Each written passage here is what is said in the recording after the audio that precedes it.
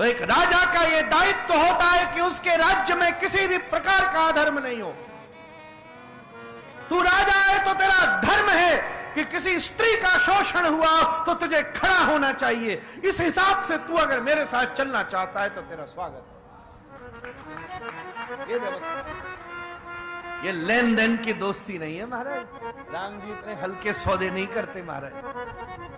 सहायता ही मांगनी होती तो सरकार एक राजा का बेटा है, इतने सोर्स और संपर्क तो सबके ही होते हैं, छोटा आदमी नहीं है। नेक्सा कोई व्यक्ति, इतने सब सैनिक बैठे, किसी पद से आया हो, विपरीत से विपरीत दशा में भी उसके संपर्क काम में आ जाते हैं। जो अयोध्या का राजवंशी पुत्र हो, उसकी मित्र मंडली कोई सामान्य होगी?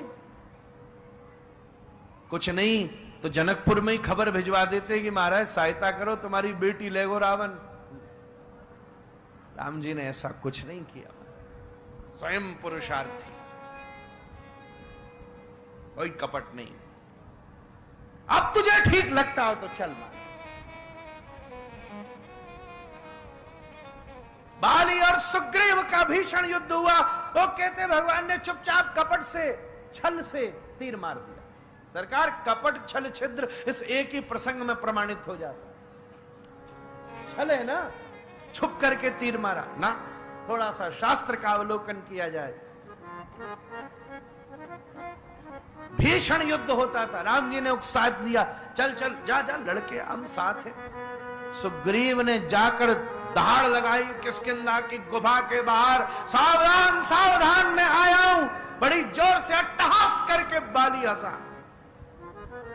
उस समय सरकार तारा ने सावधान किया, इसकी अट्टहास में इसका बल प्रतीत नहीं होता। ये तो कायर कितनी बार भाग गया था, पर अभिमानी के बल और बुद्धि पर ना जंग लग जाती है,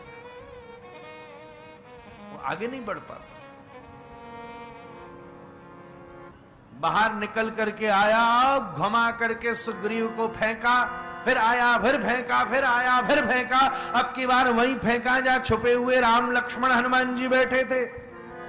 राम जी बोले जा, सुग्रीव चिढ़ के बोला प्रभु बार बार कह रहे हो जा जा, पिट तो मैं रहा हूं, कर क्या रहे हो तुम्हारा? बार बार कहते हो जा, कौन सा बदल गया? फिर फेंक दिया मुझे उठा के। ये तो पिछली बार की तरह हो रहा, पिट पिट के और मरवाना है क्या इस बार? जा जा जा जा कर रहे हो महाराज। राम जी बोले देखा वगैरह ऐसी बात है तो एक समस्या है बेटा। क्या समस्या? बोले मैं तुझ पे कृपा कर तो रहा हूं पर तुझ तक पहुंच नहीं रही है। क्यों? बोले क्योंकि तेरे जीवन में गुरु नहीं है। सरकार वृंदावन में एक महात्मा रहते, उन्होंने हमारे परदादा जी की कथा सुनी और उसके बाद सन्यास लिया। तो जब मैंने उनके यहाँ कथा करी तो मैं महात्माओं से तो कुछ ऐसा व्यवहार नहीं रखता बीच में, तो मैंने कहा कोई बात, कुछ चीज दो, कथा सुनाइए। तो उनने मुझे 60 साल पुरानी एक घटना सुनाई, जिस एक कथा के प्रसंग को सुनकर उन्होंने सन्यास ले लिया था, और वो प्रसंग उन्होंने मुझे दक्षिणा में दिया। एक लाइन की सूत्र दिया, बोले आपके परदादा गुरु बोले कमल धरती पर पड़ा हो, सूरज एड़ी से चोटी का जोर लगा ले, जला सकता है कमल को, खिला नहीं सकता। पर जब कमल सरोवर में बैठा होता है तो सूर्य की पहली किरण कमल को खिला डालती है। महाराज आप सबका हृदय कमल है, रघुनाथ सूर्य है, गुरुदेव ही तो सरोवर है। महाराज गुरुदेव के सरोवर में जब हृदय का कमल रहेगा तो राम के अनुग्रह की एक रश्मि हृदय को उत्फुल्लित कर देगी। महाराज नहीं तो जला तो सकती है बेटा। सुग्रीव तेरे पास मित्र कोई गुरु नहीं है यार, उसके बिना ना मेरा नंबर लग नहीं पाता। क्या करूं? अरे एक काम कर, राम तेरे मित्र हैं, रामानुज को गुरु बना ले। महाराज बना रामानुज को गुरु। लखनलाल जी बैठे थे, तुरंत बंधवा इनसे कंठी। अब क्या करें, कोई माला फूल चंदन तो लाए नहीं थे, सामग्री थी नहीं जंगल में डोलने। लखनलाल जी ने पेड़ की छाल निकाली, गोल घुमा करके माला बना के रस्सी बनाई, और महाराज गले में डाली माला और कान में कह दिया श्री राम। अब जा महाराज, मां मनुष्मर युद्ध च, गीता कह रही, अब लड़। सुग्रीव गर्जना करता हुआ उतरा युद्ध के मैदान में। बाली हंसता खड़ा था, उसने पकड़ा, सुग्रीव ने घुमा के फेंका। बार बार जब फेंकता तो कोने में लहूलुहान। बाली भी सोचता, जे आप पेड़ के पीछे जाके कौन सो च्यवनप्राश खाया हो महाराज, अभी पिटे जा रहे हो, पिटे जा रहे हो, अब ये क्या कौन सी बूटी खाया हो महाराज, उठा उठा के फेंक लिया है।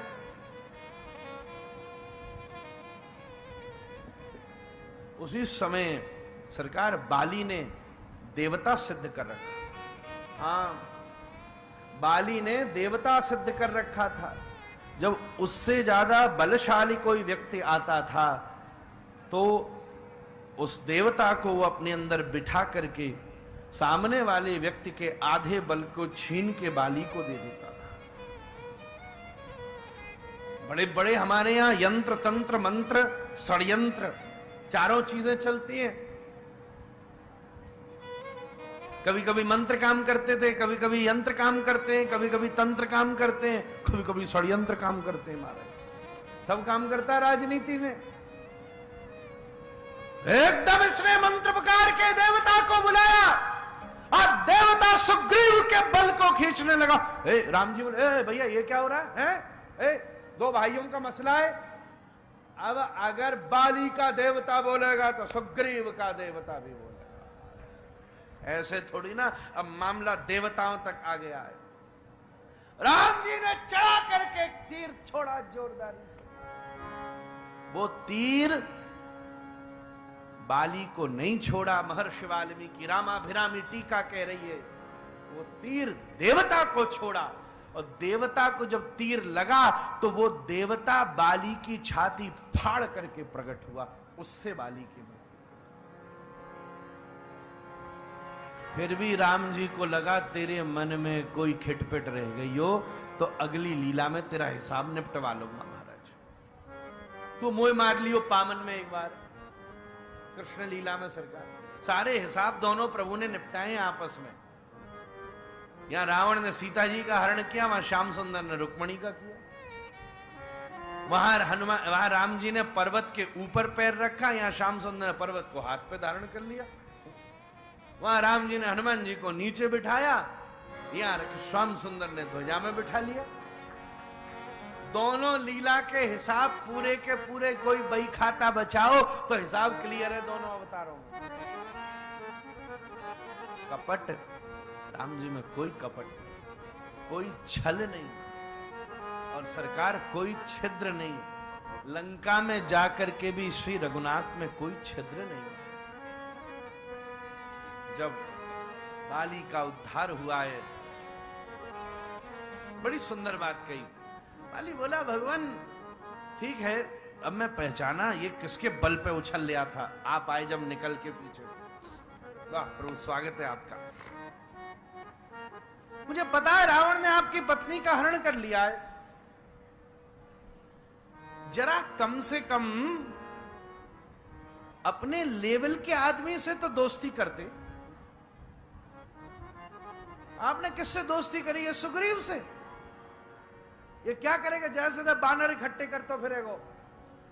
जरा मुझसे दोस्ती करते ना, लेवल स्टैंडर्ड तो समझा करो यार। पता है 6 महीना बाद रावण को मैंने कांख में बंद कर रखा था।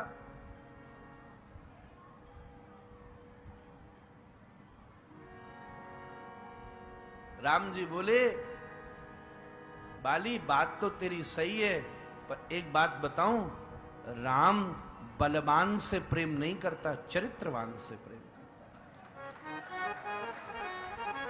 जो पुत्री के समान अपनी पुत्र वधू को अपने यहां बंद करके रख सकता है, ऐसे बलवान को कोटि कोटि धिक्कार है। वो राम का मित्र नहीं हो सकता। तेरा भाई तुझसे लाख गुना श्रेष्ठ है। और फिर भी सुन, फिर भी अगर तू ऐसी कोई, अब तू जग गया हो अब तेरी आंखें खुल गई हों तो राम ही तो एकमात्र ऐसे हैं जो मार सकते हैं तो जिंदा भी कर सकते हैं। बोल, जिंदा कर दूं तुझे? फिर जिंदा कर देता हूं, आजा मेरी सेना में। तेरा देवता मारना जानता है, सुग्रीव का देवता जिंदा भी करना जानता है। बोला अच्छा महाराज, ऐसा ऑप्शन दे रहे हो तो ठीक है, पर एक ही कामना है, इसके बाद जब दोबारा मरूं तो आप सामने खड़े रहना, ऐसे ही। राम जी बोले ये प्रॉमिस मैं नहीं कर सकता, आज तो चांस था, तेरा भाई मुझे यहां ले आया, सामने खड़ा हूं मैं, तू देख ले। तो बाली हाथ जोड़ के बोला प्रभु, लंबे जीवन से आप सामने खड़े हो और शरीर छूट जाए, इससे ऊंची मोक्षमयी मृत्यु दूसरी नहीं हो सकती। पर मैं जाते जाते आपका सत्कार नहीं कर सका, सत्कार नहीं कर सका, इसलिए मैं एक काम करता हूं, अपने पुत्र अंगद को आपके पास भेज दो। लो प्रभु, इसे ले लो, इसे ले लो। राम जी बोले तेरी भेंट तो अच्छी है बेटा, पर सुन एक समस्या है, तू जिस आसन की मांग कर रहा है वो आसन में हनुमान जी को दे चुका हूं। अब ये नंबर 2 हो सकता है, नंबर 1 नहीं हो सकता। वो आसन तो मैंने वही हनुमान जी को दे दिया था, इसलिए एक काम कर, तेरे मन में ज्यादा भावना है तो सुग्रीव ने हनुमान मुझे दिए, तू अंगद को लक्ष्मण जी को दे देना। सरकार, हनुमान जी राम की सेवा में, अंगद सदा लक्ष्मण की सेवा में, सदा पास में, सदा सेवा कर।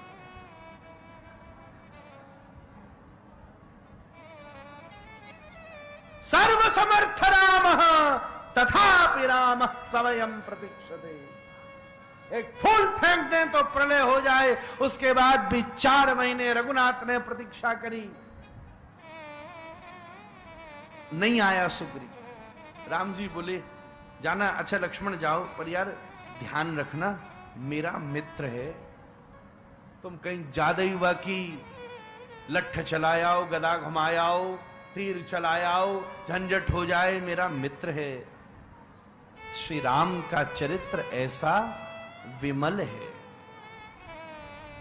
रघुवर विमल जश, ऐसी यश है। एक बात कहूं, अच्छे यश वाले व्यक्ति के चरित्र को अच्छे मन से ही गाया जा सकता है। इसलिए निज मन मुकुर सुधारी, मेरे मन को साफ कर दो हनुमान जी, जिससे मैं मल रहित श्री राम के पावन चरित्र का वर्णन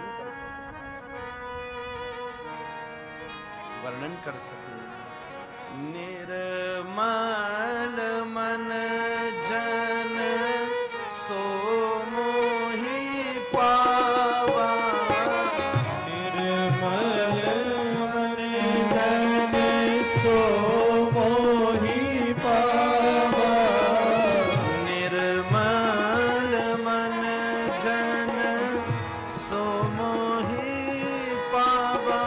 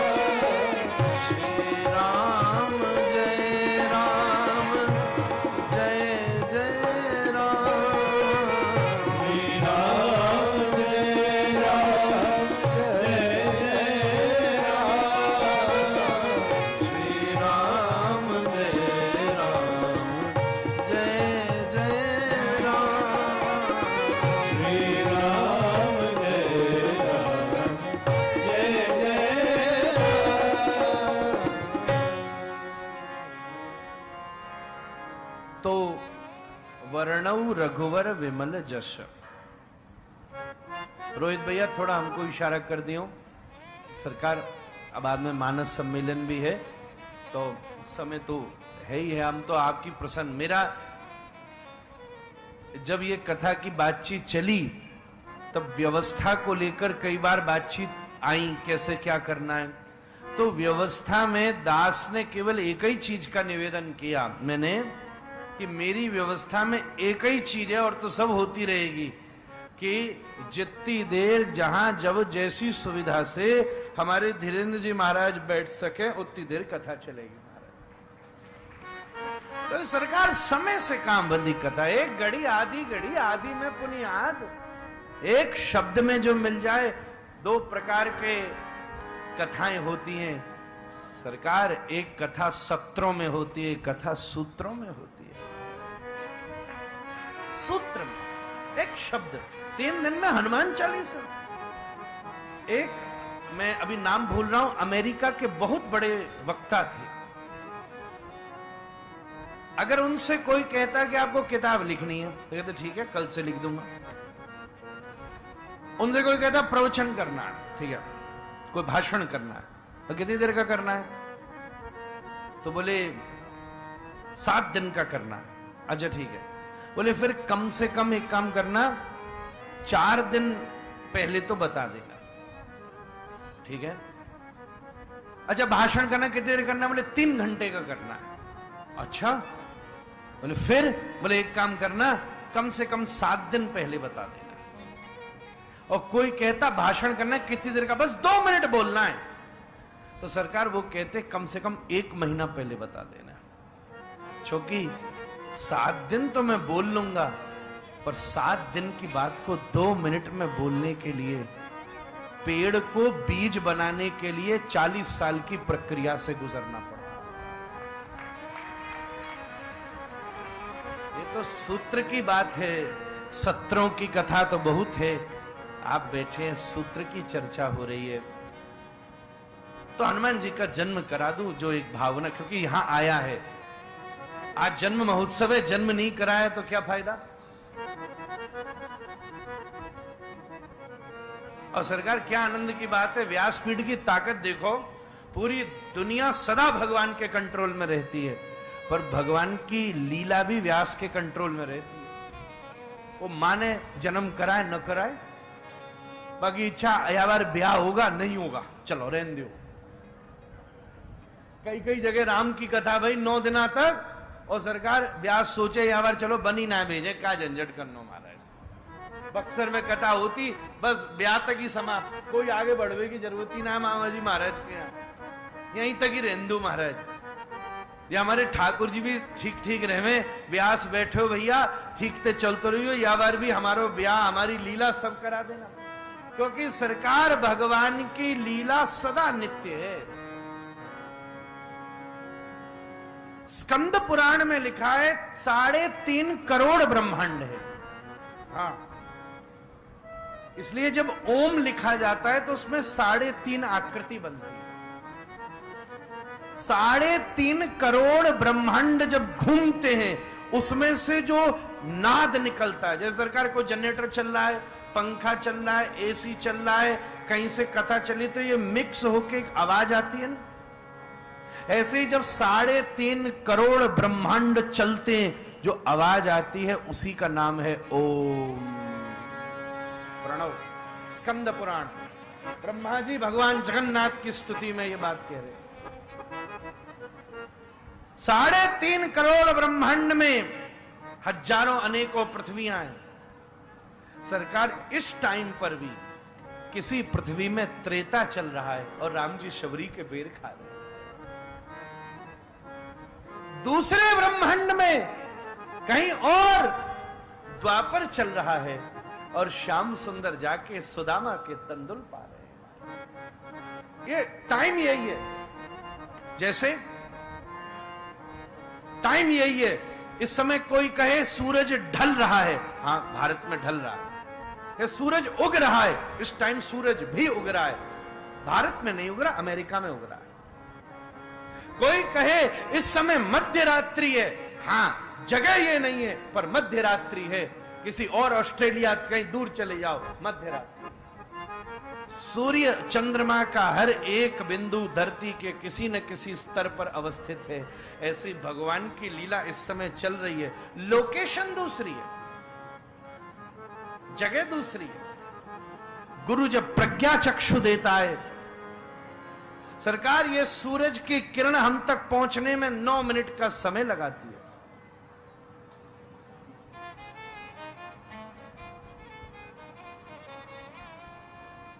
अच्छा जी,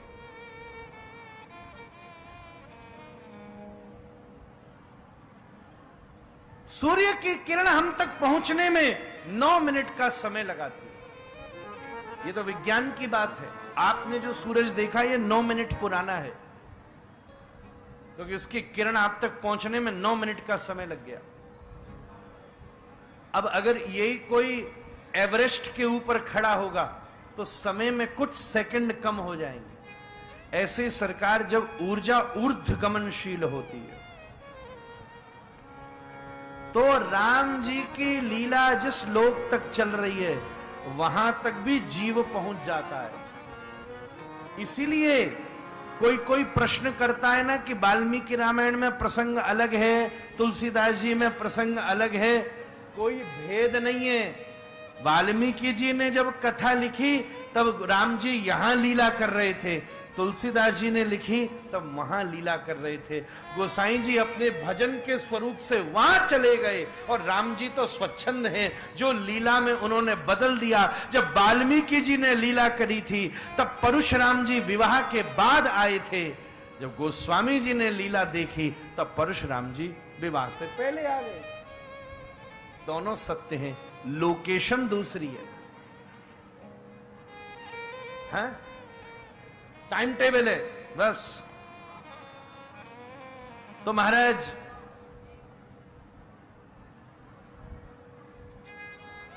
जो दायक फल चाहे, यह हनुमान जी की कथा, राम जी की कथा चारों फल देने वाली है, धर्म अर्थ काम मोक्ष। वैसे तो धर्म अर्थ काम मोक्ष सबके अलग अलग है। हर मनुष्य का धर्म है सरकार कि वो अपने संपूर्ण जीवन में इन चारों पुरुषार्थों को नियमित करे। हम जब विवाह करके 4 फेरे लेते हैं तो चारों को करने का वचन देते हैं, पर समाज में केवल अर्थ और काम इन 2 ही बिंदु। पिताजी 4 मुंह के ब्रह्मा और बेटा 2 ही मुंह के। अर्थ और मोक्ष, धर्म और मोक्ष भी उसके साथ चले। महाराज दशरथ का स्वरूप ही यही है। ये शरीर रूपी जिसमें 10 कर्मेंद्रियां और ज्ञानेंद्रियां हैं, यही दशरथ है। इसके साथ सात्विक, राजसिक, तामसिक, यही 3 पत्नियां हैं सरकार। 10 इंद्रियों वाला शरीर दशरथ है। सात्विक, राजसिक, तामसिक 3 पत्नियां हैं, कैकेयी, कौशल्या और सुमित्रा। साथ में धर्म, अर्थ, काम और मोक्ष, ये 4 पुत्र हैं। इसलिए गोस्वामी जी ने धर्म धुरंधर कह के महाराज दशरथ की पूजा करी। धर्म धुरंधर। भागवत जी की परंपरा में अलग अलग व्याख्या हैं। हम कैसे इन चारों को संभालें, राम जी का स्वभाव ये बता देता है। राम जी मोक्षदायी हैं, भरत जी धर्मदायी हैं, लक्ष्मण जी कामदायी हैं, शत्रुघ्न जी अर्थदायी हैं। चारों भैयाओं का स्वभाव है। इसलिए सरकार जब कैकेयी जी ने कहा ना कि भरत को गद्दी मिले तो महाराज दशरथ को ज्यादा तकलीफ नहीं हुई। बहुत अच्छी बात है, क्योंकि राम जी से अच्छे राजा भरत हैं। क्योंकि राम जी मोक्षदायी हैं, तो माला लेकर आओ तब भी मुक्ति दे देंगे, गाड़ी दे के आओ तो भी मुक्ति दे देंगे। दोनों में कोई फर्क नहीं है। बल्कि रावण को तो बैकुंठ मिल गयो, विभीषण तो अभी भी यहीं डोल लियो है। राम जी को देखो, चिरंजीवी है विभीषण, सरकार अभी भी यहीं है। और मरते मरते रावण कह रहा है, देखो भरत भैया अपने जीते जी रघुनाथ को नहीं आने दिया, पर उनसे पहले उनके वैकुंठ में प्रवेश कर रहे हैं। पर भरतलाल जी धर्माधिष्ठात्र है, और धर्माधिष्ठात्र ही उचित न्याय का संपादन कर सकता है। धर्म की गति सीधी मोक्ष तक है, काम की गति सीधी मोक्ष तक है। इसलिए लखनलाल जी सीधी बात राम से कह देते, पर शत्रुघ्न लाल जी पहले भरत को कहते हैं, फिर भरत राम को कहते हैं। अर्थ जब धर्म में लगता है तभी वो मोक्ष तक पहुंच सकता है सरकार। ये चारों का स्वरूप है। अर्थ का भी 5 प्रकार का विभाजन शास्त्रों में वर्णित है सरकार। हमारे शास्त्र केवल ऊपर ऊपर की बात नहीं करते, हमारे यहां के प्रत्येक क्रिया धर्माय यशसेर्थाय, श्रीमद् भागवत कह रही है आपकी आमदनी का एक हिस्सा धर्म में खर्च कीजिए। और सरकार इसमें कोई गलत नहीं है, भागवत जी ने यह आज्ञा दी है। यशसेर्थाय, किसी चीज से तुम्हारा यश समाज में फैलता हो उसमें खर्च कीजिए, भागवत जी की आज्ञा। यशसेर्था। उसके बाद आज्ञा की है परिवार परिजनों में उसको कीजिए। अंत में भोग आय, तुम्हारी कोई काम आय, तुम्हारी कोई कामना है उसके लिए भी खर्च कीजिए। इस प्रकार धर्म अर्थ काम मोक्ष ये चारों को देने वाली राम का चरित्र है। वो साईं जी लिख रहे हैं, बुद्धिहीन तनु जान के सुमिरो पवन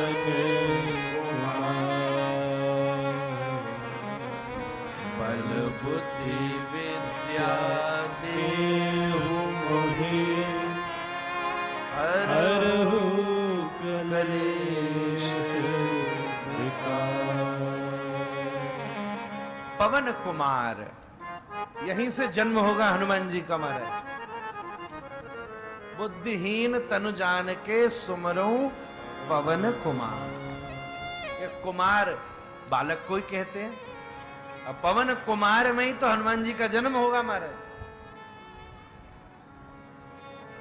पर बल बुद्धि विद्या देहु मोहि हरहु कलेश विकार। देखो सरकार, आजकल आदमी फायदे की बात करता है। 2 चीज भगवान लेते हैं, 4 चीज दे देते हैं। कितना बढ़िया सौदा है। ऐसा सौदा कहीं आपने देखा? कलेश और विकार ले लेते हैं और बल बुद्धि विद्या देहु मोहि बढ़ा के। व्यापारियों को तो यही चीज समझ आती है, कम लियो जाए ज्यादा मिल जाए। आज की दुनिया यही हिसाब की है। क्लेश और विकार भी अलग अलग हैं सरकार, व्याख्या का समय नहीं है, पर 6 प्रकार के क्लेशों की चर्चा पतंजलि ने योग सूत्रों में की है। 6 प्रकार के क्लेश। अविद्या है, अस्मिता है, राग है, द्वेष है, अभिनिवेश है। ये 5 प्रकार के योग में क्लेश है। इनकी व्याख्या करने में उतरेंगे तो अलग सभा चाहिए। उसी प्रकार से विकार भी 6 प्रकार के विकार हैं। काम, क्रोध, लोभ, मोह, मद और मात्सर्य। हरहु कलेश विकार। क्लेश और विकारों का हरण करने वाले श्री हनुमान जी हैं। बुद्धिहीन तनु जान के सुमिरो पवन कुमार। बुद्धिहीन तनु जान।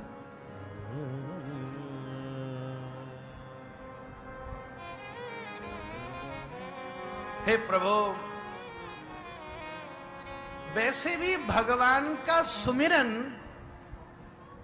दिमाग चला के नहीं हो सकता। बुद्धिहीन तनु, दिमाग से कभी भक्ति हो सकती है सरकार? ना, प्रीति कभी बुद्धि से हो ही नहीं सकती। प्रीति तो सदा हृदय से हो सकती है। बुद्धिहीन तनुजा, दिमाग लगा के कभी प्रार्थना नहीं हो सकती। एक आदमी मंदिर के बाहर खड़ा था, हमने कहा जा अंदर। मैंने याद कर रहा। मैंने क्या याद कर रहा है? बोले ये याद कर रहा हूं अंदर जाके क्या क्या मांगना है तो गड़बड़ नहीं हो जाए।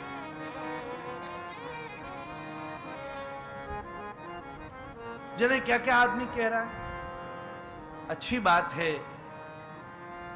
देखो मैं एक निवेदन करूं, या तो भगवान को अपनी कामना सुनाओ, और सुनानी पड़ रही है तो वो भगवान नहीं, और अगर वो भगवान है तो वो सब जानता है। प्रणाम करवे आओ। बागेश्वर धाम बालाजी महाराज को धन्यवाद करने आओ। सरकार, हे प्रभु आपने कितनी कृपा करी है, कितना अनुग्रह किया है। अगर उन्हें कहनी पड़ रही है तो फिर वो भगवान कैसे है? कहनी पड़े तो भगवान कैसे? सब जाने तो ही भगवान है महाराज। जो सब जाने, दिमाग लगा के काम नहीं होता। बुद्धि वाला कैसे भजन करेगा? संख्या कर सकता है, गणित लगा सकता है, इसने ये चढ़ाया उसने हम ये दे दें, फिर उसने ये। लोगों में बड़ी प्रतिस्पर्धा आ जाती है महाराज।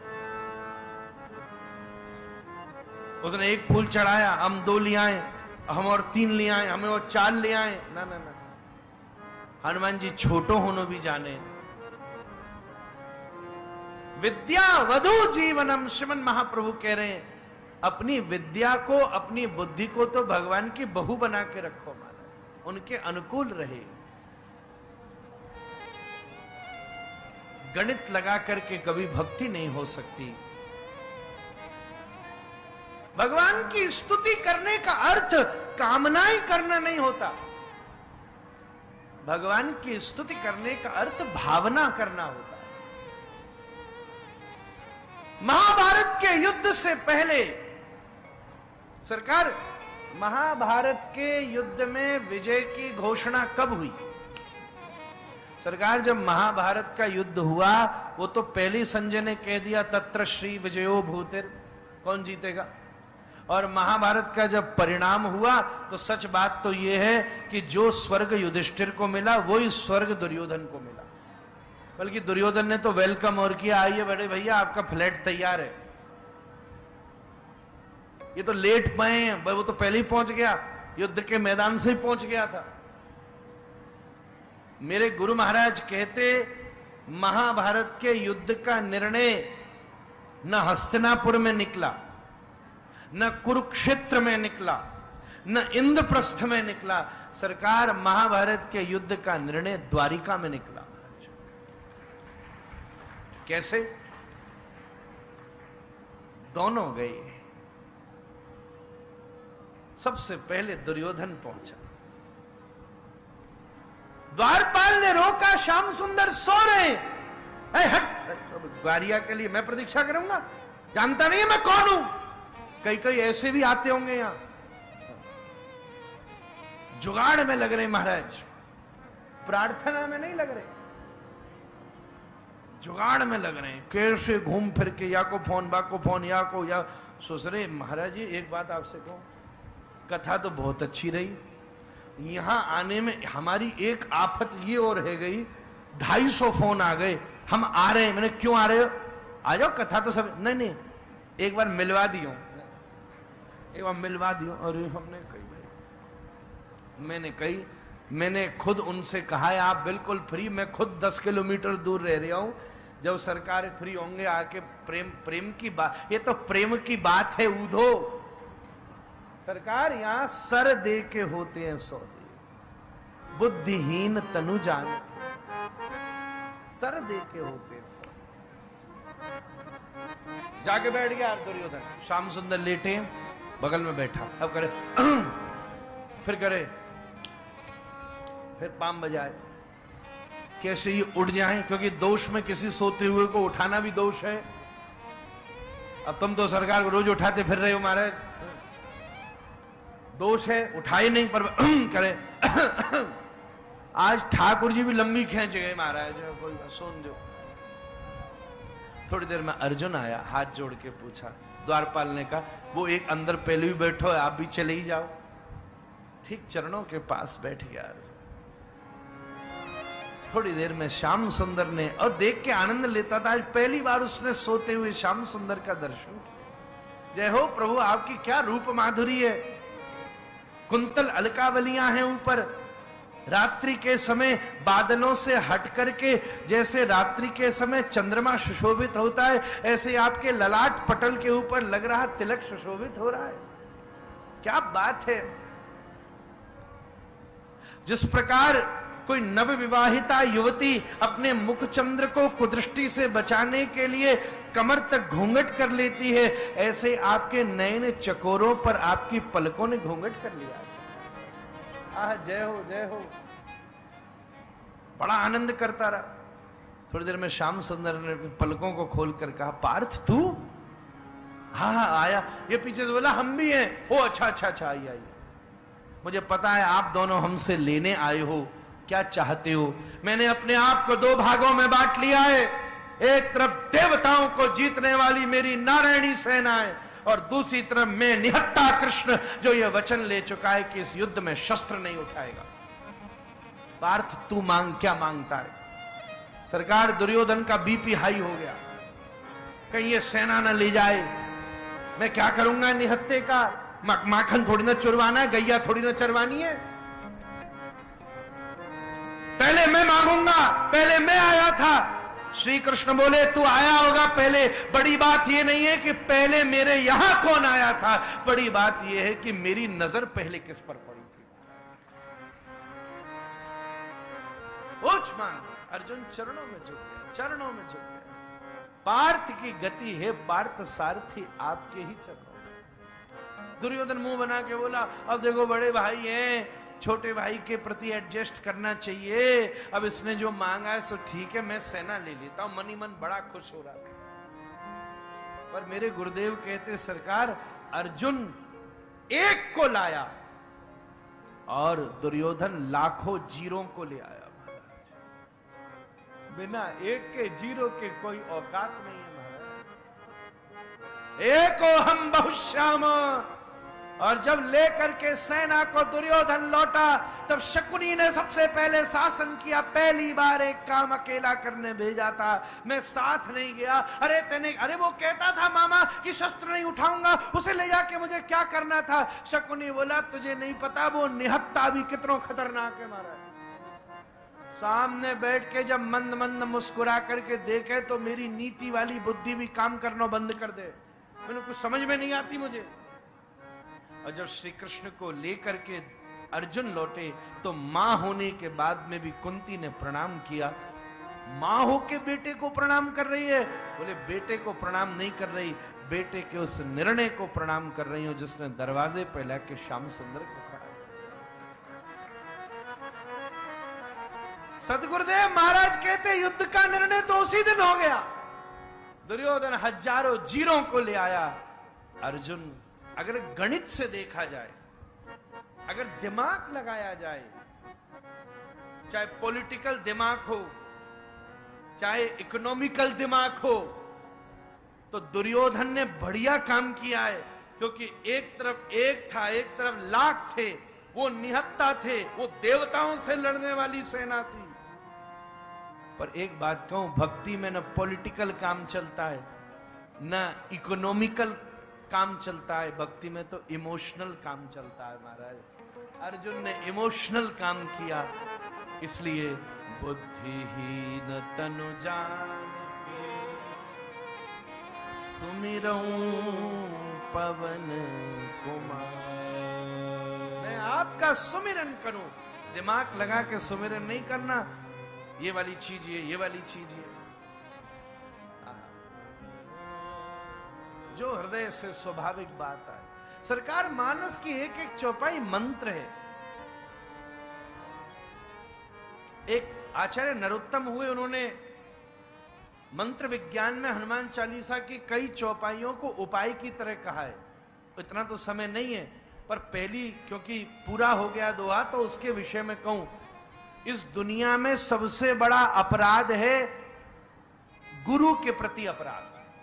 श्री कृष्ण ने रास पंचाध्यायी में गोपियों को उपदेश करते हुए कहा, सरकार कि दो लोग ऐसे हैं मैं भी चाहकर उनको मुक्ति नहीं दे सकता। दो लोग, कौन? अकृतज्ञ गुरुद्रोह।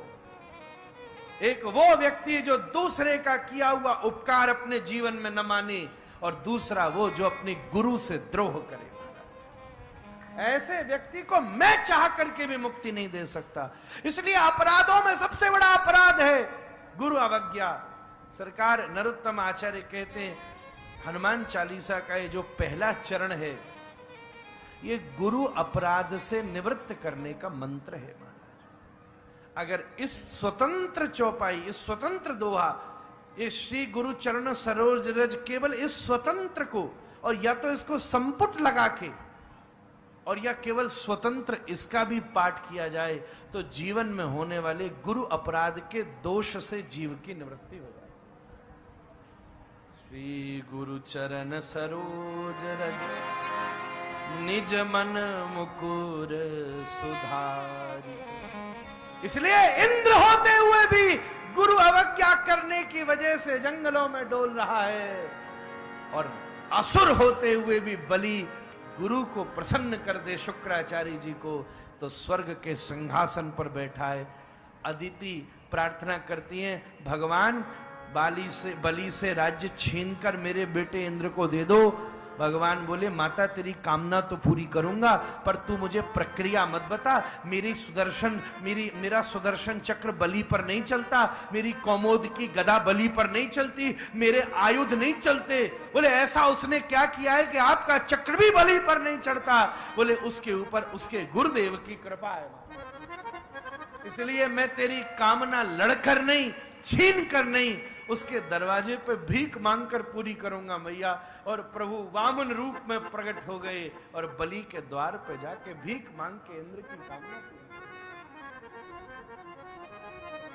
गुरु अवज्ञा तो बुद्धिहीन तनु जान सुमिरो पवन कुमार। एक बात और भी चल करके आई। श्री रोहित भैया ने हमको कहा, प्रामाणिक बात तो, और मैं ऐसे नहीं बोलना चाहिए जोश में सरकार, कल निवेदन करूंगा, पर जो मैंने थोड़ी पढ़ी देखी है उससे निवेदन करूं। बहुत सारी जगह हनुमान जयंती और हनुमान जन्म महोत्सव, शास्त्रों में सरकार श्री कृष्ण के लिए भी जयंती शब्द का प्रयोग हुआ है, ऐसा दर्शन करने में आई है बात, अगर खोजा जाए। एक प्रकार से जयंती शब्द को संस्कृत में व्युत्पत्ति किया जाए तो जो जय का पात्र हो, जिसकी जय जयकार हो सके, ऐसे व्यक्ति के प्रति भी ऐसी बात समझें, सबके जीवन से ही जय जयकार हो सकती है, पर भगवान ऐसे हैं जिनके मात्र जन्म से ही जय जयकार हो सकती है। अपन सबका जन्म तो एक जैसा ही है, जीवन सबका अलग अलग है। जन्म की प्रक्रिया तो सभी मानव की एक सी है, व्यवस्था सबकी एक सी है, पर जीवन सबका अलग अलग है। कोई जीवन ऐसा है, सरकार पेड़ से दो लकड़ी के टुकड़े आए, एक ही पेड़ से, एक चूल्हे में डला तो बर्तन मांजने की राख बन गया, दूसरा हवन कुंड में गिरा तो माथे की तिलक की बभूति बन गया। महाराज, एक ही व्यवस्था से इंसान पैदा हुआ, तो एक ने चूल्हे की तरह जीवन जिया जिसने केवल प्रारब्ध के बर्तन घिसे, पर दूसरे ने यज्ञ कुंड की तरह जीवन जिया जो दुनिया में आदर्श का तिलक बन गया। महाराज, क्या जीवन जिया है। जीवन जयति कराता है, पर जब भगवान श्री राम का जन्म होता है तब जीवन ही नहीं, राम का केवल जन्म ही जय जयकार कर देता है। त्रेता की और ग्रंथों की बात छोड़ो, इस देश में 22 जनवरी ने ही ये बात दुनिया को बता दी। और मैं और हमारे बागेश्वर धाम सरकार दोनों ही इस बात के साक्षी हैं। साथ ही गए, साथ ही आनंद लेके आए, साथ ही दर्शन करके आए, साथ ही शामिल थे सेना में महाराज। 22 जनवरी ने पूरी दुनिया को आनंद कर दिया। राम का जीवन ही नहीं, राम का जन्म भी। भगवान श्री कृष्ण के आगमन को कृष्णाष्टमी नहीं कहते, जन्माष्टमी कहते हैं, क्योंकि राम श्री कृष्ण ने विधिवत जन्म ग्रहण किया है। और जिस समय जन्म हुआ है उस समय भी देवता आकर के सत्यव्रतम सत्य परम सत्यम उनकी जय जय उद्घोष कर रहे हैं। सामान्य व्यक्ति का जन्म जय जय की बात नहीं है। सामान्य व्यक्ति का जन्म तो सरकार एक प्रकार से मूल जगह से अलग होना है। हम सब भगवान के धाम के वासी हैं, सब साकेत धाम वासी हैं सदा। इसलिए महापुरुषों की जन्म बड़ा नहीं है। महापुरुषों का जब धाम प्रवेश हो जाता है तब ब्रज की परंपरा में भी सरकार तिरोभावोत्सव होता है। जब संत शरीर छोड़कर, आज तो हमारे भक्तमाली जी का उत्सव होता था प्रिया प्रियतम मिलन महोत्सव, कि आज तो ठाकुर जी से आप मिल गए महाराज। संत का तो धाम प्रवेश उत्सव है। क्यों? कबीर दास ने बड़ी सुंदर बात कही है। करत श्रृंगार चतुर अलबेली,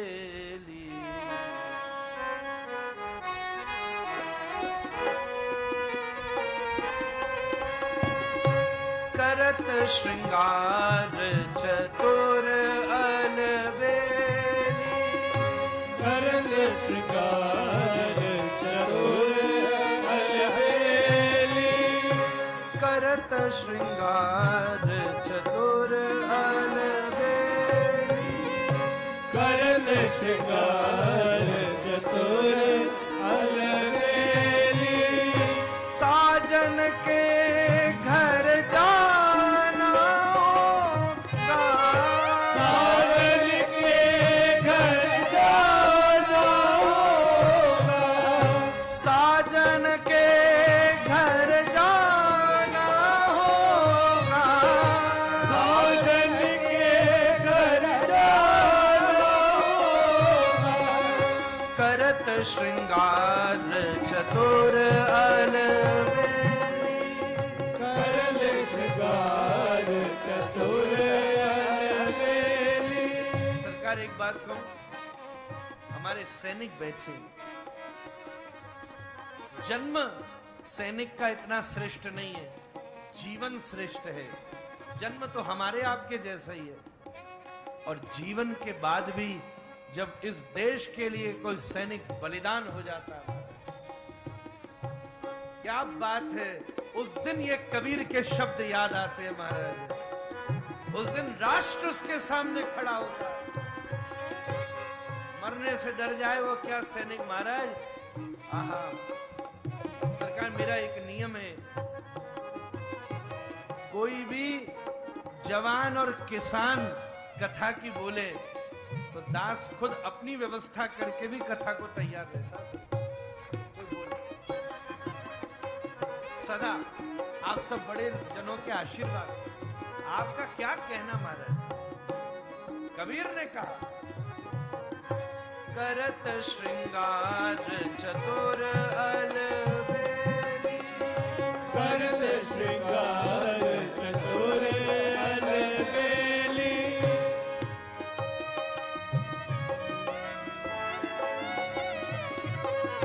नहाले धोले शीश गुथाले, नाले धोले शीश गुथाले, नहाले धोले शीश गुथाले, नाले धोले शीश गुथाले, साजन के घर जाना होगा, साजन के घर जाना होगा, करत श्रृंगार चतुर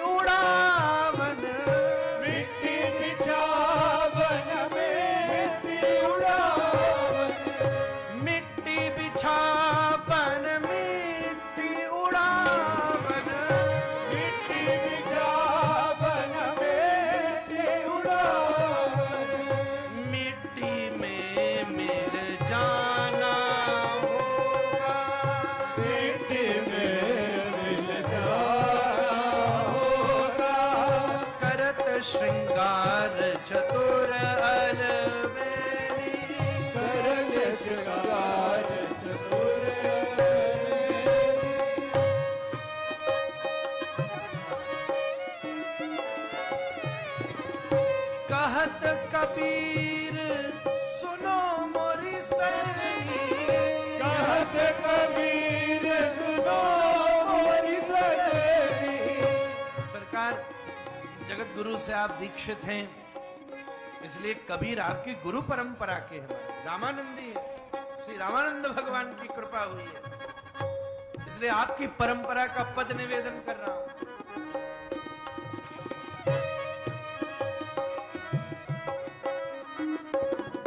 कहत कबीर सुनो मोरी सजनी, कहत कबीर सुनो मोरी सजनी।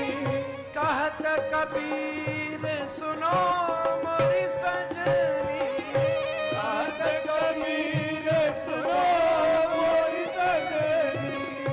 वापस फिर नहीं आना होगा, वापस फिर नहीं आना होगा। कर ले श्रृंगार चतुर अलबेली, कर ले श्रृंगार चतुर साजन के घर जाना होगा, साजन के घर जाना होगा। कर ले श्रृंगार चतुर अलबेली।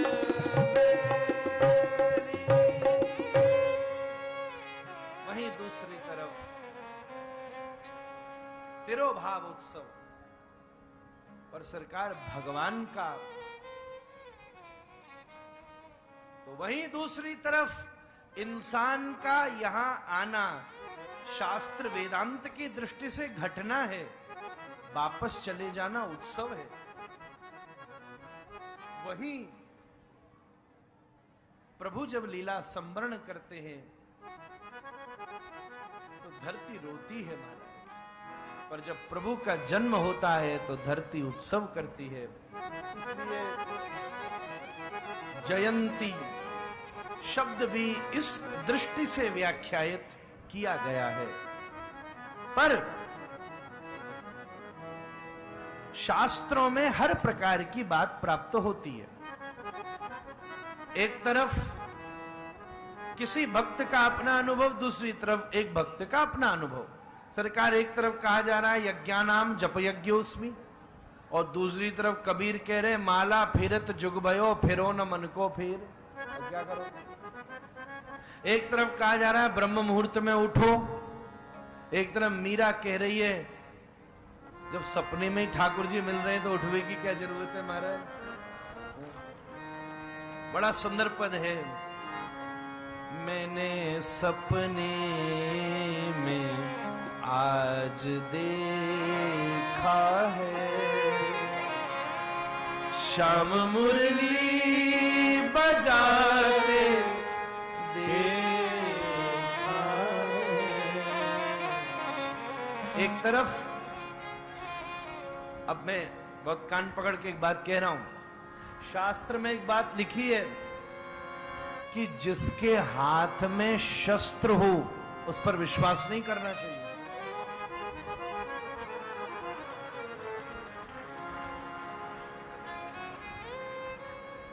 देखो, नखी नाम जिसके बड़े बड़े नाखून हो, श्रृंगी नाम जिसके बड़े बड़े सींग हो। अब गैया है, मैया है, तुम आगे ज्यादा ही चढ़ गए हो, नेक सो सींग, तो गोलोक धाम की पक्की प्राप्ति है महाराज। और यहीं आया सरकार शस्त्र पाणि नाम,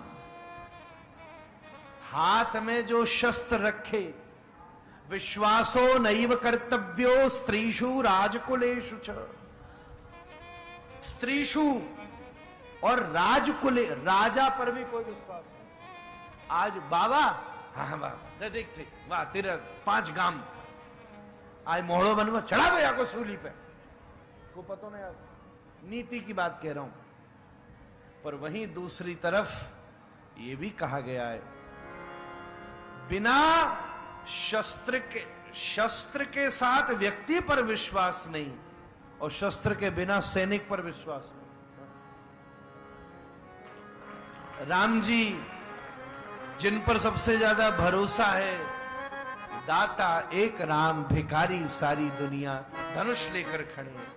जिन कृष्ण पर भरोसा है सुदर्शन लेकर खड़े हैं। जिन हनुमान जी पर भरोसा है गदा लेकर खड़े हैं। अब क्या किया जाए? धरो कि ना धरो, जपो कि ना जपो, सो की जगो, बड़ो झंझट है। सरकार एक तरफ गोपी कह रही है श्रवण मंगलम, और दूसरी तरफ कठोपनिषद कह रहा है नायम आत्मा न प्रवचने लभ्यो न मेधया न बहुना श्रुतेन। भगवान की प्राप्ति को ज्यादा सुनने से नहीं हो सकती। अब बताओ, इसलिए कोई सी भी बात, चाहे जयंती हो चाहे जन्म महोत्सव हो, दोनों चीज का खंडन और मंडन किया जा सकता। वो केवल वाग और बुद्धि का विलास है और कुछ नहीं। 350 प्रकार के दर्शन दुनिया में हैं, जिसमें 50 पाश्चात्य हैं, 300 भारतीय हैं। आप समय पर नहाइए, 350 तर्क दिए जा सकते हैं। आप समय पर नहीं नहाइए, 350 तर्क दिए जा सकते हैं। अब बताओ क्या करोगे? एक विवेक की बात है, विवेक की बात। अब एक तरफ कहा जा रहा है सरकार कि राम जी के गुण गाओ तो हनुमान जी खुश हो जाएंगे, और दूसरी तरफ यह कहा जा रहा है कि हनुमान चालीसा करो तो हनुमान जी खुश हो जाएंगे। अब दोनों चीज, इसीलिए महान जनो ये न गतस पंथा, हमारे लिए वो बात सबसे ऊंची है, उसके लिए मरने मिटने को भी चेला तैयार होता है, जो बात उसके गुरु जी ने उससे कही। आपकी बात है, आपको प्रणाम है, ये भी है शास्त्र में, ये भी है शास्त्र में, जय हो आपकी।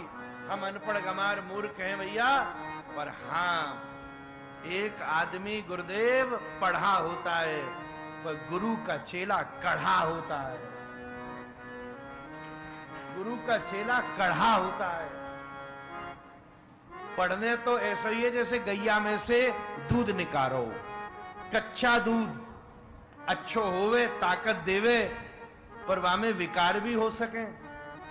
ने गैया में है तो कच्चे दूध में विकार भी हो सके, पर जब मैया उसको उबाल के पका देती है तो विकारों को दूर करके अधौटा करके देती है। ऐसे ही पढ़ने वाला तो काढ़ता है, पर जाकी मैया है ना गुरु, वो वाय उबाल के विकार से रहित करके असली अधौटा पिलाता है। इसलिए जयंती शब्द भी शास्त्र में मिलता है, और जन्म महोत्सव, ये दो स्वतंत्र शब्दों की संधि है व्याकरण में। महोत्सव स्वतंत्र है, जन्म स्वतंत्र है, पर हमारे लिए तो वो पत्थर की लकीर है जो हमारे श्री गुरुदेव प्रभु ने कही है, वो मान के चलें। अब अगर आप सबकी निष्ठा श्री बागेश्वर धाम सरकार में है, और बागेश्वर धाम सरकार कह रहे हैं कि श्री हनुमान जन्म महोत्सव, तो आपके लिए श्री हनुमान जन्म महोत्सव कहना ही उचित है।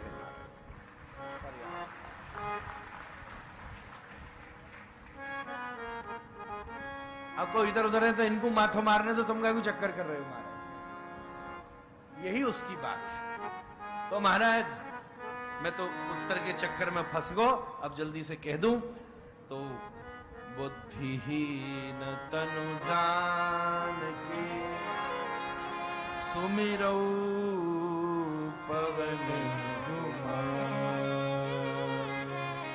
वाल्मीकि रामायण में एक प्रसंग आया है, खासकर श्री जामवंत जी ने हनुमान जी को उनके सारे पूर्व कृत्यों का वर्णन करते समय, जामवंत के वचन सुहाए, ये जो सुंदरकांड शुरू हो रही है, पर वाल्मीकि रामायण में उसी क्रम में सरकार श्री हनुमान जी के जन्म का भी प्रसंग जामवंत जी ने सुनाया।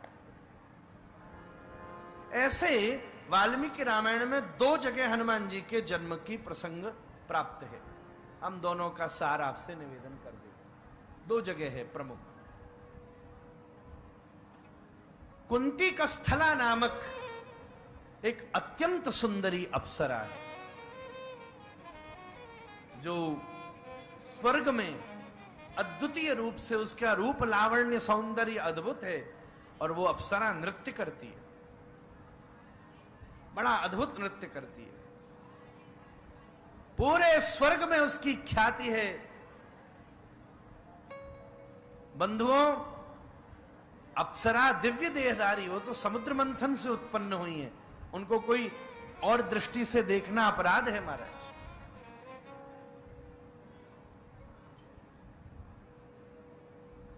वो देवलोक की हैं, उनके भीतर वीरत्व जैसे, रजत्व जैसे इस मानवीय दोष का विधान नहीं है। एक बार श्री विश्वामित्र जी स्वर्ग में पधारे। सरकार, रूप होने में समस्या नहीं है, रूप का अभिमान होने में समस्या है। विद्वान होने में समस्या नहीं है, विद्या का अभिमान होने में समस्या है। बल होने में समस्या नहीं है, बल का अभिमान होने में समस्या है। इस अप्सरा को अपने रूप का अभिमान था, क्योंकि जब ये नृत्य करती थी तो सब भूल जाती थी। पर जब उस नृत्य को करते करते जैसे ही विश्वामित्र जी आए, सब छोड़कर दौड़े, क्योंकि पहले बृहस्पति जी के साथ भुगत चुके हैं।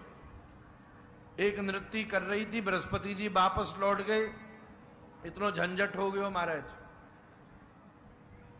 तो इसके मन में बड़ी पीड़ा हुई और इसने ईर्ष्या करके जब विश्वामित्र जी दरबार में आए तो सबने विश्वामित्र जी को प्रणाम किया, पर इसने प्रणाम नहीं किया। इस बात से खिन्न होकर के, देखो आचार्य किसको कहते हैं? जिसके पास दो चीजें होती हैं, आसन भी होता है, शासन भी होता है। कभी कभी दोनों ही दिखाने पड़ते हैं। तब विश्वामित्र जी ने कहा, इसका अब मेरे गुरु महाराज कहते, भगवान को, पिताजी भगवान को दो चीज ही खाने में अच्छी लगती है। जब मीठा खाने की इच्छा होती है तब भक्त का भाव खाते हैं, और जब तीखा खाने की इच्छा होती है तो किसी का अभिमान खा जाते हैं महाराज। आज विश्वामित्र का को मन हुआ कि इसका अभिमान खाना पड़ेगा, तब विश्वामित्र जी ने श्राप दे दिया कि तेने ये जो व्यवहार किया है, ये अप्सरा का, देवता का व्यवहार नहीं है, यहां तक कि नर का भी व्यवहार नहीं है, इसलिए जा तू बानरी हो जा महाराज। इस श्राप पर उसको एहसास हुआ, तब उसने जाकर विश्वामित्र जी को क्षमा मांगी। विश्वामित्र जी बोले, देख श्राप तो वापस नहीं लौटा सकता, पर मैं इतना आशीर्वाद तुझे देता हूं कि अब तू जब चाहेगी तब नारी रूप धारण कर लेगी, और जब चाहेगी तब वानरी रूप धारण कर लेगी। ये आशीर्वाद भी दिया। धीरे धीरे समय आगे बदला। सदा लीलाओं के लिए भगवान आशीर्वाद श्राप करते रहते हैं। जय विजय को भी दिया था, तभी तो लीला आगे बढ़ी। तभी राम जी की हम कथा सुन रहे, तभी हनुमान जी की कथा सुन रहे हैं। तो क्यों सुन रहे होते अगर श्राप नहीं दिया होता? संत का क्रोध भी जो कृपा मान ले, उस दिन समझना कि तुम शिष्य बनना शुरू हो गए। यही तो बात है। पुचकार तो सबको मिल जाती है, वो तो खरीदी भी जा सकती है। किसी का क्रोध खरीद सकते हो? ये बताओ।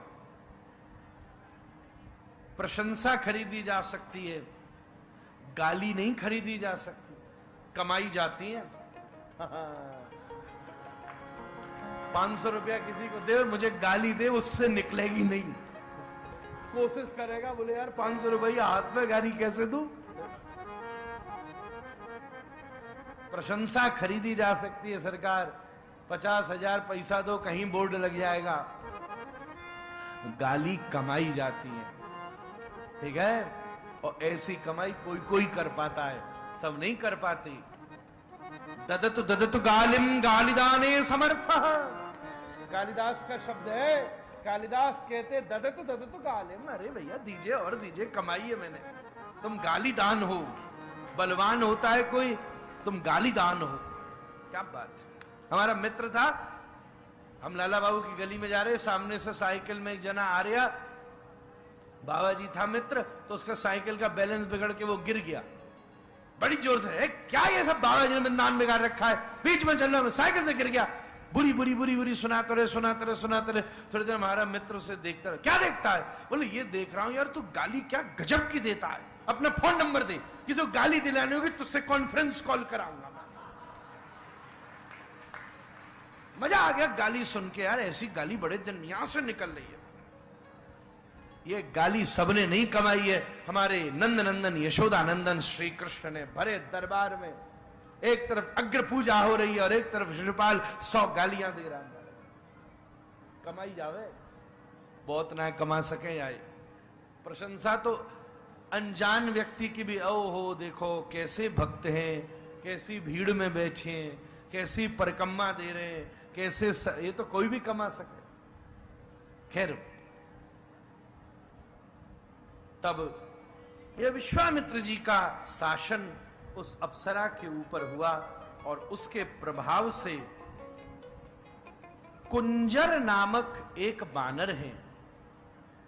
महर्षि वाल्मीकि लिख रहे हैं, सरकार कुंजर नामक वानर के घर में श्री अंजना जी का जन्म हुआ। बोलिए श्री अंजना मैया की। मैया आवेगी जब तो लाला आवेगा महाराज।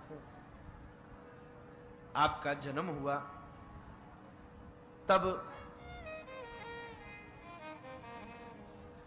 आपका विवाह एक केसरी नाम के वानर, इन्होंने भगवान शंकर की तपस्या की और भगवान शंकर ने इन्हें वरदान दिया कि ये भी जब चाहे नर बन सकते हैं, जब चाहे वानर।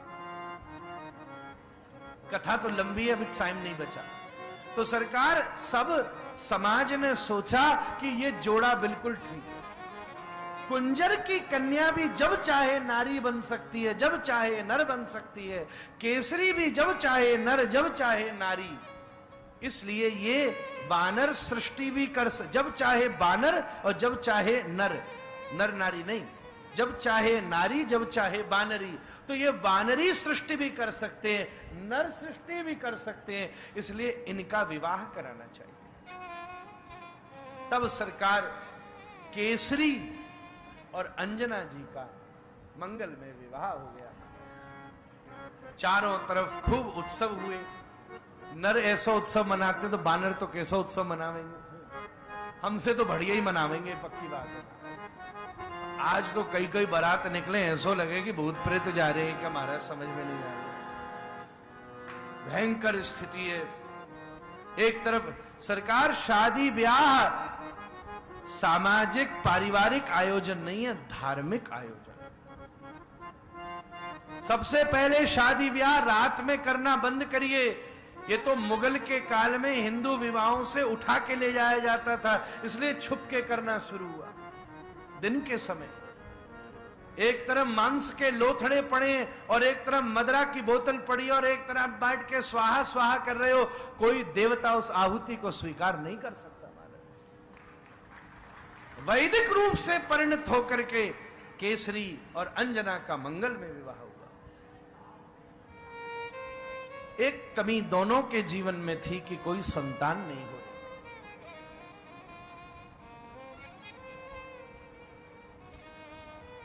काव्य के भीतर एक गुण बताया सरकार, जहां समुद्र शास्त्रों में नर और नारी के भेदों पर चर्चा है। समझना, एक संपूर्ण नारी की तृप्ति माता ही बनकर होती है। पुरुष को पति बनने में बड़ा आनंद आता है, तो पति में स्वामित्व होता है। वो पति बनते बनते पिता बनता है, पर स्त्री माता बनते बनते पत्नी होती है। बात समझने की है, जो समझे सो बढ़िया, ना समझे तो और बढ़िया। बच गए। बुद्धिहीन तनु जान के सुमिरो पवन तनु। पहले के स्त्री का की पूर्णता मातृत्व में है, क्योंकि उसका देह ऐसा है। एक स्त्री मां बनने के लिए पत्नी बनती है और एक पुरुष पति बनते बनते पिता बन जाता है। दोनों की अपनी पूर्णता है, इसलिए एक पुरुष पति बन जाए वो उससे ही तृप्त हो जाता है।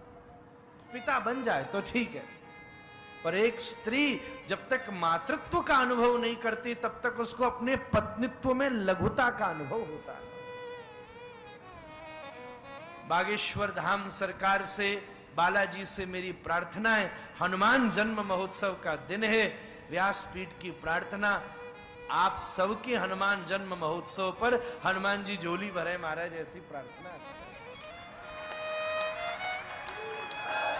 चमत्कार तो हम नहीं जानते, प्रार्थना और आशीर्वाद से बड़ा कोई चमत्कार नहीं होता, ये आपके लिए किया जा सकता है। तब श्री अंजना जी के मन में ये बात बनी रही। सरकार महर्षि मतंग ने आज्ञा दी कि आप जाकर के आकाश गंगा नामक तीर्थ में तपस्या की। बहुत उसका लंबा वर्णन है वाल्मीकि रामायण में, ये कौन सा तीर्थ है। आकाश गंगा तीर्थ में जाकर अंजना जी 12 वर्ष तक तपस्या करती। एक चीज कहूं, जब शरीर से शरीर मिलता है तो आत्मा पैदा होती है। जब सरकार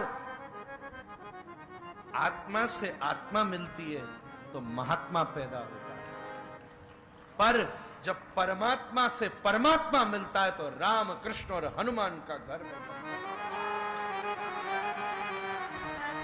ये भी तो इन्हीं गृहस्थ में आए हैं, नंद यशोदा के, कौशल्या और जनक के। चेतना कितनी गंभीर है सर। भोग से पुत्र मिल सकता है, योग से तो पुत्र रूप में परमात्मा मिल सकता है। महाराज अंजना जी ने 12 वर्ष तक सबसे पहले केसरी की आज्ञा लेकर कि आप मुझे अनुमति दीजिए, क्योंकि मैं 12 वर्ष जब तपस्या में रहूंगी तब गृहस्थ धर्म का उतनी तरीके से निर्वाह नहीं कर सकूंगी। केसरी जी ने आज्ञा दी, कहा मैं उस तरफ तुम्हारा संरक्षण करूंगा। और केसरी जी के संरक्षण के बीच में और जनक के। चेतना कितनी गंभीर है सर। भोग से पुत्र मिल सकता है, योग से तो पुत्र रूप में परमात्मा मिल सकता है। महाराज अंजना जी ने 12 वर्ष तक सबसे पहले केसरी की आज्ञा लेकर कि आप मुझे अनुमति दीजिए, क्योंकि मैं 12 वर्ष जब तपस्या में रहूंगी तब गृहस्थ धर्म का उतनी तरीके से निर्वाह नहीं कर सकूंगी। केसरी जी ने आज्ञा दी, कहा मैं उस तरफ तुम्हारा संरक्षण करूंगा। और केसरी जी के संरक्षण के बीच में मां अंजना ने आकाश गंगा नामक तीर्थ में घोर तपस्या की। उससे, उस तपस्या से सबसे पहले स्वयं श्री वायुदेव प्रसन्न हुए और वायुदेव ने प्रसन्न होकर के मां अंजना को आशीर्वाद दिया, हे अंजना जी पुत्रवान भव।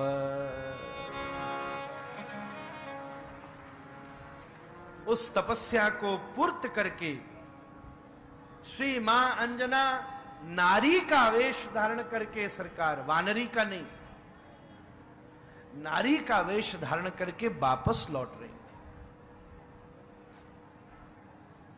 हवा सी चल रही थी, पर उस समय अंजना मां के मन में कुछ एक बिलक प्रकार सा भाव होने लगा।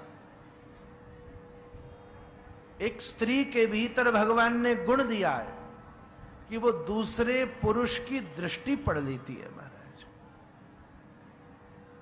ये किस नजर से देख रहा है, इसकी नजर में वासना है कि इसकी नजर में उपासना है। महाराज डॉक्टर रमन कहते हैं नियरिंग ब्यूटी गॉड्स इनकार्नेशन।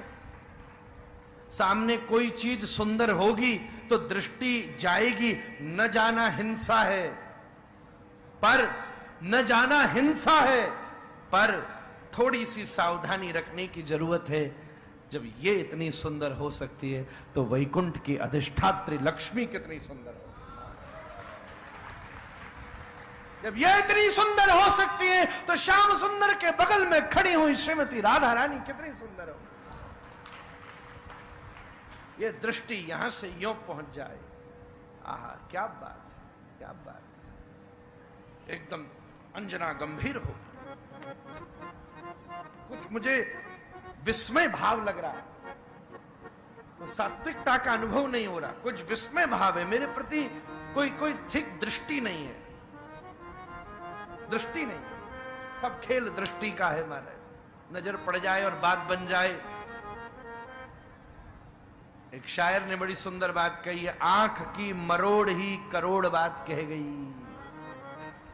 आंख का थोड़ा मुड़ना ही करोड़ों बातों को कह सकता है। शब्द तो परायों को बोलते हैं, अपने तो आंखों में बोल लेते हैं।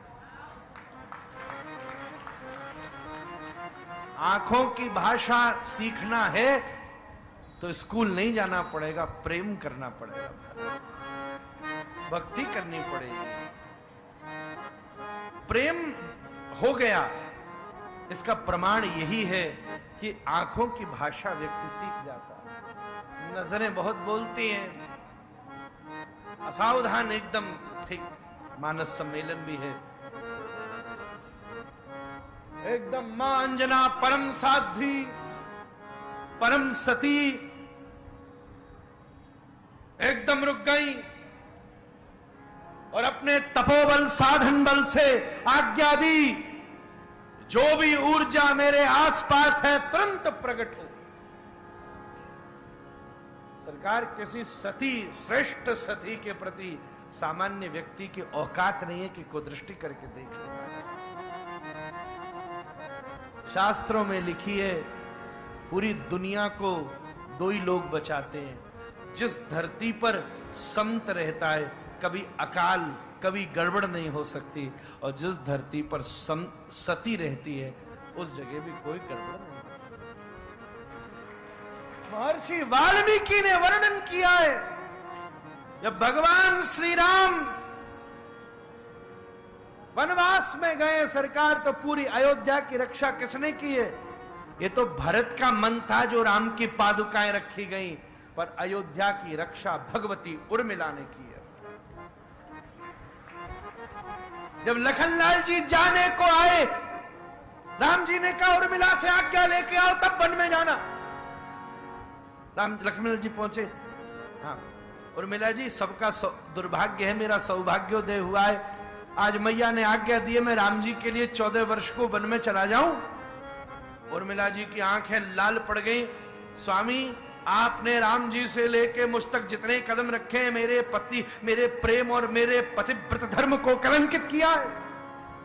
आप ये दिन दिखाने लाए थे, तो क्या बात हो गई देवी? अरे अगर वहीं से बिन बताए राम की सेवा में चले जाते कि मैं जानता हूं उर्मिला को, वो मुझे राम के चरणों से विमुख नहीं कर सकती महाराज, तो मैं धन्य हो जाती महाराज। एक काम करो, मेरा दरवाजा बंद करके चले जाओ, मैं जनक की पुत्री हूं, मेरी सभा में गार्गी बैठती है, लोपा मुद्रा बैठती है, मैं शिष्या हूं इन सब सिद्धों की जिन्होंने मुझे समाधियां सिखाई हैं, दरवाजा बंद करके चले जाओ, मैं अब समाधि में जा रही हूं, बहुत दिन हो गया शादी ब्याह में जब से फंसी हूं, साधना भूल गई अपनी, 14 वर्ष बाद आओ तो दरवाजा खोल के हिला देना। उर्मिला में आ गया। जब लखनलाल जी ने सूचना राम जी को दी तो राम जी झूम गए, मैं बड़ी समस्या में था लखनलाल, तुम मेरे साथ जा रहे हो, भरत है नहीं, पिताजी अस्वस्थ हैं, ऐसी दशा में कौन अयोध्या की रक्षा करेगा? पर जहां उर्मिला जैसी सती रहती हो, किसी दुश्मन की हिम्मत नहीं कि प्रवेश कर जाए। धरती के ऊपर लक्ष्मण ने चरण धरा, सरकार टीस उर्मिला की निकली है। ये शक्ति लगने की जो दवाई है, ये अन्य रामायण मानस आदि में है। सही कहा जाए तो उर्मिला का तपोबल लखनलाल के चारों तरफ घूमता।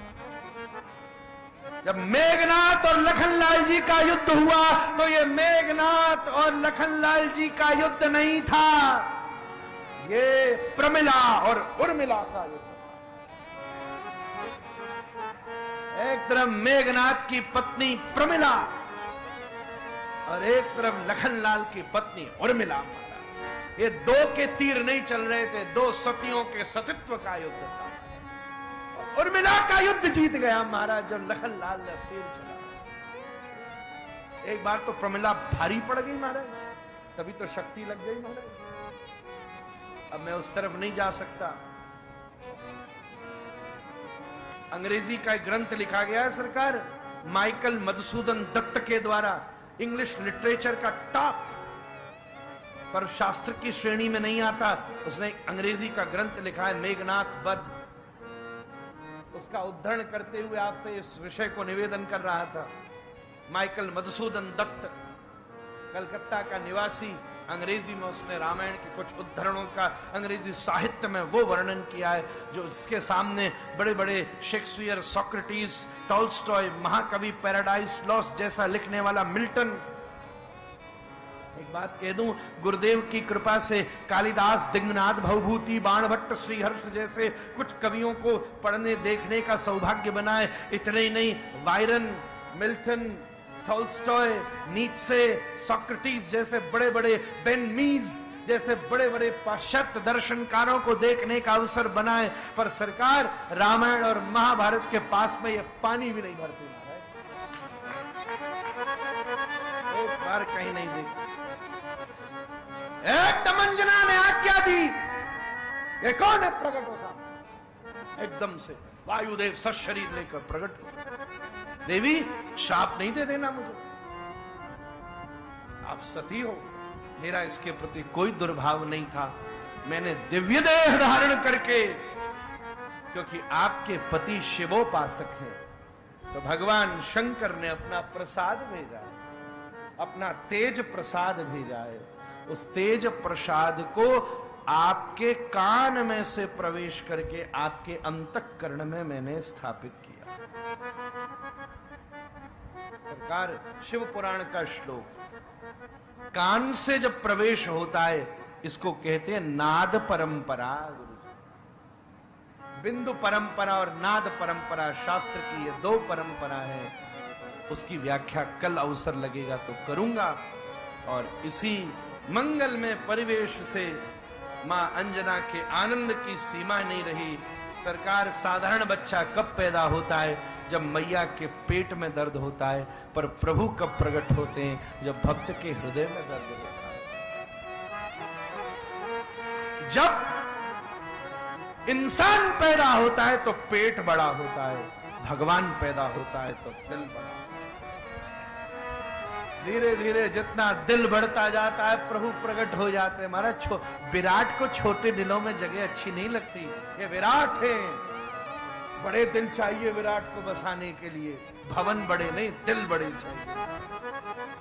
ऐसी दिव्य भावना के साथ चैत्र शुक्ल पूर्णिमा, और बड़े सौभाग्य की बात है मंगलवार, आज मंगलवार, ये सुयोग वर्षों में एक बार आता है।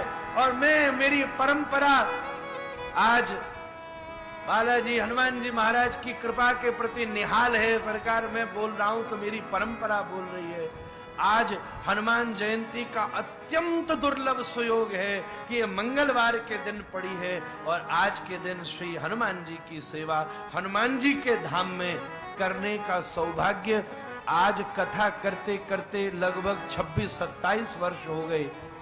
हनुमान जी के स्थान पर हनुमान जन्म महोत्सव मनाने का सौभाग्य आपकी कृपा से दास के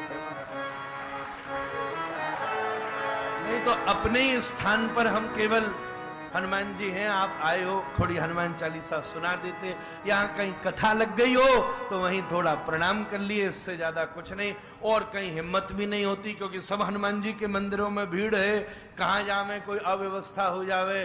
पर आज बड़ी कृपा भई है, मंगलवार का दिन, चैत्र शुक्ल पूर्णिमा का मंगलमय दिवस, और ठीक दोपहर के 12 बजे क्या हुआ? ओ अंजना आनंद भयो जय हनुमत लाल। अंजना आनंद भयो जय हनुमत लाल। ओ अंजना आनंद भयो जय हनुमत लाल। अंजना आनंद भयो जय सरकार, ब्रजवासी कछुवी को नंद घर आनंद तो भयो ही है। आज चैत्र पूर्णिमा हनुमान जी का उत्सव है। अंजना आनंद भयो जय हनुमत लाल, अंजना आनंद भयो जय रघुवर लाल की, अंजना आनंद भयो जय हनुमत लाल, अंजना आनंद भयो जय हनुमत लाल की, जय हनुमत लाल की, जय हनुमत लाल की, जय हनुमत लाल की, जय हनुमत लाल की, जय हनुमत लाल की, जय हनुमत लाल की, जय हनुमत लाल की, जय हनुमत लाल की। ओ अंजना आनंद भयो जय हनुमत लाल की, अंजना आनंद भयो जय हनुमत लाल की, अंजना आनंद